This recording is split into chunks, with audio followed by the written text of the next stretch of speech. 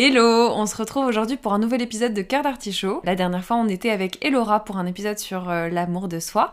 Et cette fois-ci, j'ai décidé de faire un petit épisode bonus parce que j'avais envie de te partager cette histoire qui est assez cocasse et que ça fait partie des aventures et que mes invités m'ont partagé déjà des petites histoires. Et moi, j'avais envie de vous divertir avec ce petit date de l'enfer, qui était du coup mon premier date. Je veux dire mon premier date sur les applications de rencontres, pour être plus précise. Et je pense que cet événement de ma vie mérite un épisode à part entière, et j'espère qu'il vous fera rire et que je saurai vous faire ressentir la détresse que j'ai ressentie en vivant cette expérience. Donc on va commencer dès maintenant, je vais vous remettre dans le contexte.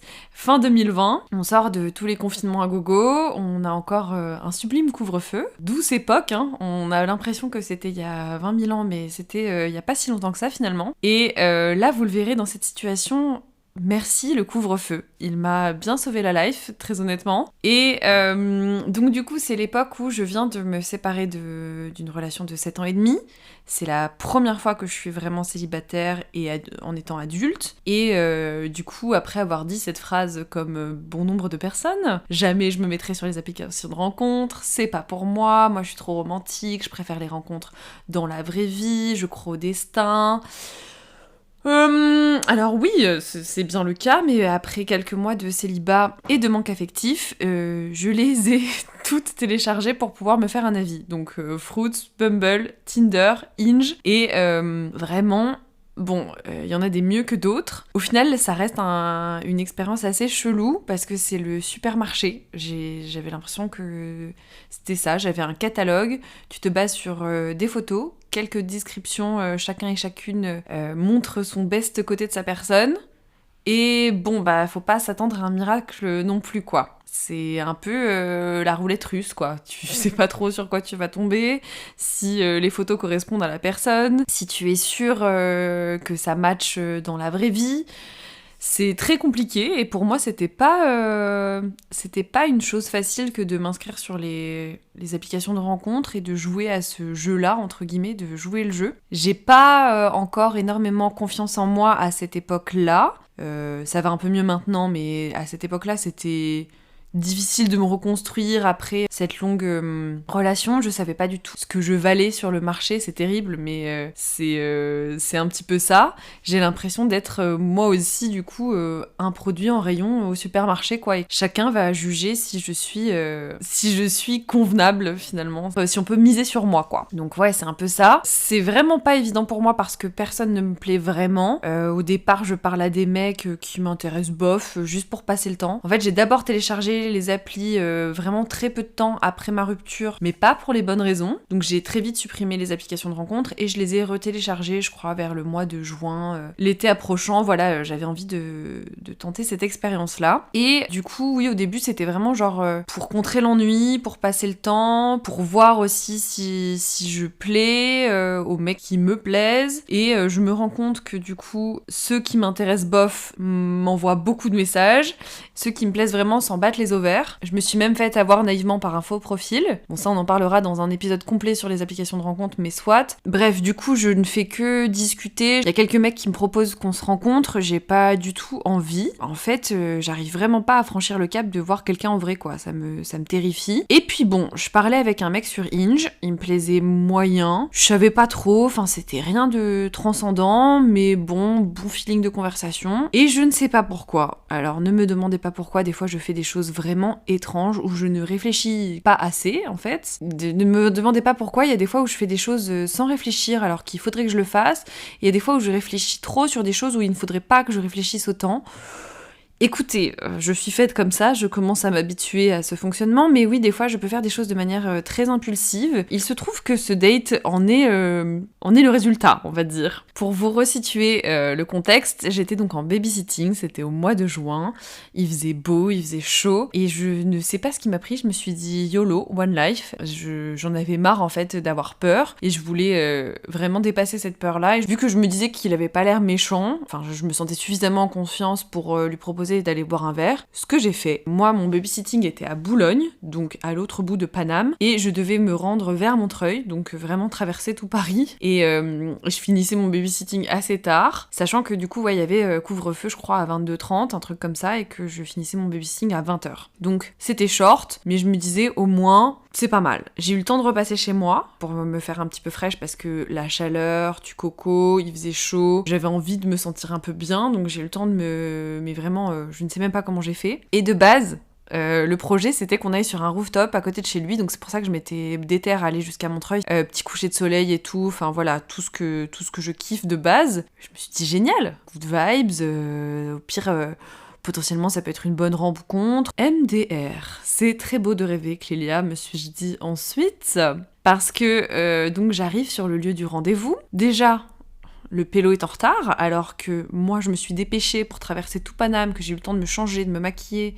Lui, le frérot, il habitait pas très loin, et donc ça commence pas hyper bien, quoi. J'ai le stress qui monte en mode putain, je vais rencontrer un inconnu, on va devoir se parler, d'accord, tu sais faire, Clélia, ça va bien se passer, il y aura du monde autour de vous de toute façon. Mais tu sais, cette attente de tu vas le voir arriver de loin, dans l'autre sens, de c'est toi qui attends et c'est toi qui le vois arriver vers toi. Et potentiellement, il ressemble pas aux photos. Et autre détail important par rapport à ça, c'est que donc les photos que j'avais vues, c'était souvent des photos de son visage, enfin je savais pas du tout quelle taille il faisait, et je précise ça parce que c'est un détail important, parce que pour moi c'est quelque chose d'assez important, parce que je suis assez grande pour une meuf, et j'aime les mecs plutôt grands de base. C'était donc un détail important, je le répète. Et là, je vous le donne en mille, je vois un mec arriver au loin, et je me dis non, non c'est pas possible, c'est pas lui, c'est une blague, c'est pas vrai, genre,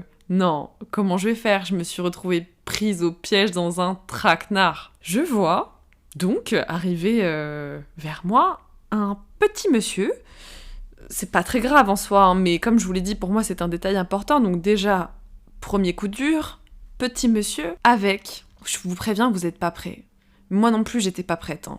Je vois arriver ce petit monsieur avec une casquette Domino's Pizza. Mais attention, ce monsieur ne travaille pas chez Domino's Pizza, c'est une casquette pour le style.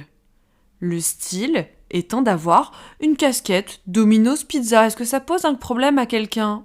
Apparemment pas à lui, à moi oui. Et en fait, il se trouve que ce mec, en plus de ça, était plus âgé que moi, et je le vois être hyper mal à l'aise, il rougit, il ose pas me regarder dans les yeux, il est extrêmement timide et gêné. Ce qui peut se comprendre. Je me dis ok, moi aussi je suis stressée, soit, mais j'avoue, c'était pas du tout ce que j'avais imaginé pour un premier date. Je prends sur moi, je suis bizarrement pas trop gênée, parce que je me dis, bon écoute, soit c'est pas l'homme de ta vie, ni de ta nuit, ça c'est certain, mais bon c'est mal de juger au physique, mais en tout cas le fait est qu'il ne m'attire pas, c'est un fait, je ne le trouve pas à mon goût du tout, mais je me dis écoute, prends sur toi. Ça peut être une rencontre chouette, sois ouverte un peu, ne te ferme pas tout de suite, plus jamais de ma vie je fais ça. Vraiment c'était le pire date de ma vie, parce que ça ce n'est que le début. Il se trouve que finalement le rooftop va fermer, donc on ne peut pas aller au rooftop, donc on marche un petit moment pour trouver un bar sur une petite place très mignonne, donc on s'installe, et là je me dis,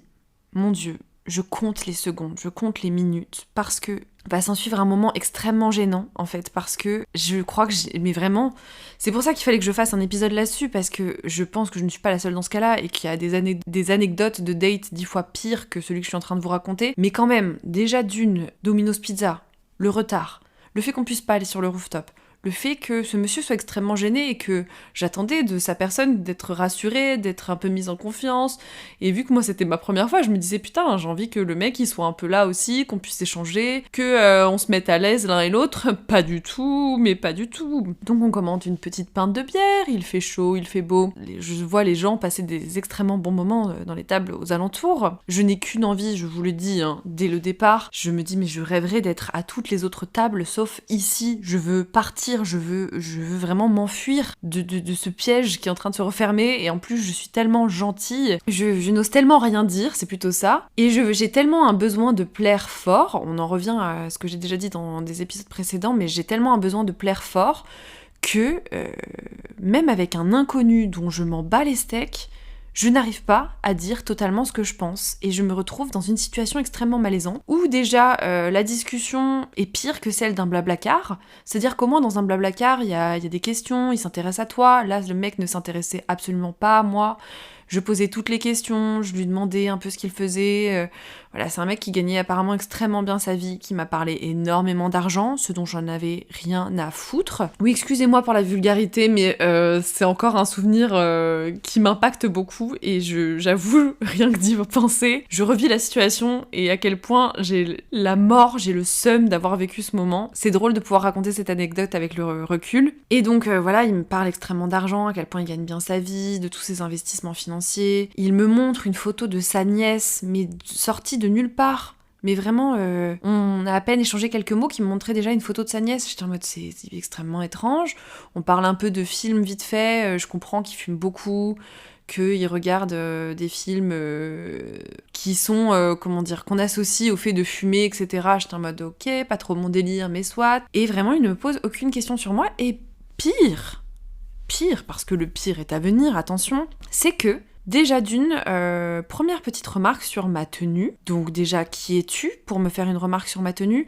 Oui, en fait, j'en profite aussi pour régler mes comptes et dire tout ce que je n'ai pas pu dire sur le moment présent, même si je l'ai dit un petit peu. Mais en gros, j'avais mis un haut, pour vous dire, un petit haut en dentelle, qui était légèrement transparent, avec un soutien-gorge de la même couleur, donc voilà, un haut blanc en dentelle, avec un soutien-gorge en dessous, mais quelque chose de vraiment très discret et tout ça, enfin... Voilà, vous voyez, j'avais voulu me la jouer un peu casual, un peu cool, un peu mini, mais tranquille, quoi. Vraiment rien de fou. Vraiment rien. Et il me dit, ça se voit que tu n'as pas pris cette affaire au hasard dans ton placard ? Alors déjà de base, c'est pour moi que je me suis habillée, parce que ça me fait plaisir, moi, de me sentir bien, et que de base, c'est comme ça que j'aurais pu m'habiller en toutes circonstances, même pour aller boire un verre avec des copines. Alors certes, je me suis faite un peu fraîche dans l'hypothèse où tu aurais pu être quelqu'un qui me plaît, ce qui n'est pas le cas. Mais soit. Mais en fait, là, déjà, j'étais là en mode, frérot, qu'est-ce que tu sous-entends ?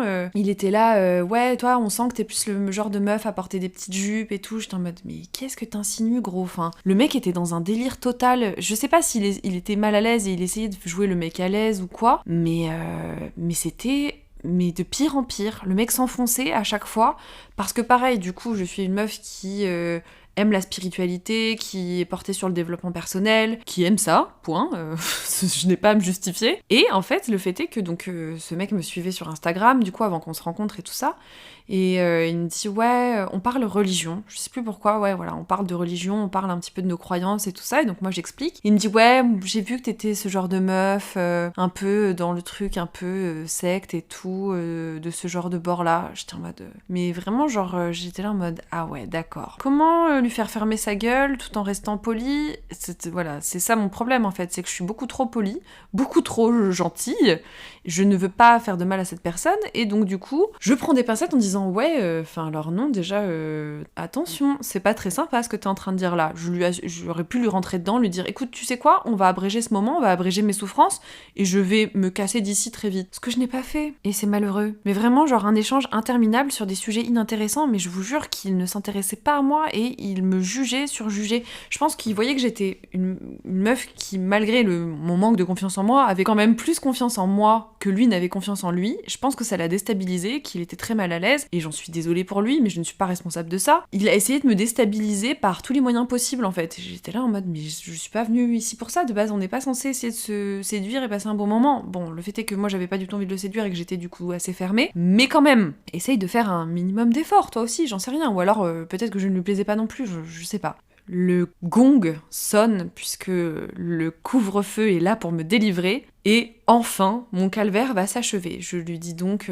oui du coup il y a le couvre-feu etc. Il me dit ouais j'étais sûre que t'allais me sortir cette disquette du couvre-feu. Frère déjà toi t'es à côté de chez toi, moi je ne vais pas prendre le risque de potentiellement avoir une amende pour toi alors que tu es quelqu'un qui ne m'intéresse pas du tout. Encore le date aurait pu être sympa, j'aurais pu prendre le risque. Mais là, je peux te dire que je vais prendre mon métro, rentrer chez moi tout de suite, vraiment. Donc, s'en vient le moment de l'addition, et donc ce monsieur gagne vraiment beaucoup plus que moi. Alors, il va y avoir deux écoles. Effectivement, il n'est absolument pas dans l'obligation de me payer un verre. On est bien d'accord là-dessus. J'insiste, il ne me devait rien. Mais j'estime que ayant m'étant déplacée jusqu'à vers chez lui, etc., sachant que il pouvait le faire, je pensais qu'il allait me payer mon verre, sachant que la pinte était à un prix en plus exorbitant, et qu'en plus j'avais passé un très mauvais moment, je me retrouve du coup à ce que ce monsieur ne paye que sa part. Et je peux vous dire que j'étais là, alors là, déjà que je passais pas un bon moment, mais là, je sais très bien pourquoi je pars et je vais rentrer chez moi. Parce que voilà, j'estime que c'est donnant-donnant. Genre moi j'ai fait un effort de me déplacer, de prendre du temps, etc. et tout. J'estime qu'il aurait pu souligner ça en payant potentiellement mon verre. Ce n'est que mon avis, je comprends qu'on ne soit pas d'accord avec ça, mais pour moi c'était quelque chose qui me semblait important et que j'aurais souhaité. Voilà. C'est tout. S'ensuit ce moment gênant où il me raccompagne jusqu'au métro et on n'échange pas un seul mot. Je n'ai qu'une envie, c'est de courir vers le métro et que ça s'arrête. Et du coup, je lui dis « Salut, au revoir, bye !» Je rentre dans mon métro et je me casse. Je n'envoie donc du coup pas de message pour dire que j'ai passé un bon moment ou quoi, puisque ce n'est pas vrai. Je veux juste ne jamais le revoir et oublier cet épisode de ma vie et le mettre dans un petit coin de ma tête et ne jamais y repenser. Sur le coup, j'étais là en mode mais quelle catastrophe, plus jamais de ma vie je fais de date en fait. Si c'est comme ça à chaque fois, je vais pas tenir le coup en fait. Enfin, c'est pas possible. Petit fun fact, c'est que donc du coup j'en parle à ma séance avec ma psy plus tard et elle me conseille du coup de lui envoyer un message pour lui dire vraiment ce que j'ai pensé. Je me dis ouais en fait, qu'est-ce que j'en ai à faire ? Je ne vais jamais le revoir. Puis c'est aussi lui rendre service peut-être que de lui dire qu'il ne s'y prend pas de la bonne manière, tu vois, avec les meufs. En tout cas avec moi. Et du coup je lui envoie un message très formel, très cordial, bon, qui peut paraître peut-être un peu virulent pour certaines personnes, mais pour moi je pense que j'avais vraiment besoin de le faire. Après moult recherches, j'ai enfin retrouvé le message que je lui avais envoyé du coup quelques jours après. J'avais écrit « Salut, je voulais juste te dire que je ne comprends pas pourquoi tu as accepté qu'on se voit, je n'ai pas aimé la façon dont tu m'as parlé, je n'ai pas passé un bon moment et je ne t'ai pas trouvé intéressant. » Ce à quoi il avait répondu « Coucou, j'espère que tu as passé un bon week-end, je suis désolée d'apprendre ça et j'aurais préféré que tu me le dises en face. Je ne l'aurais pas mal pris en plus. » Tout ça pour dire que c'est effectivement ma problématique de ne pas arriver à dire les choses au bon moment, mais en même temps,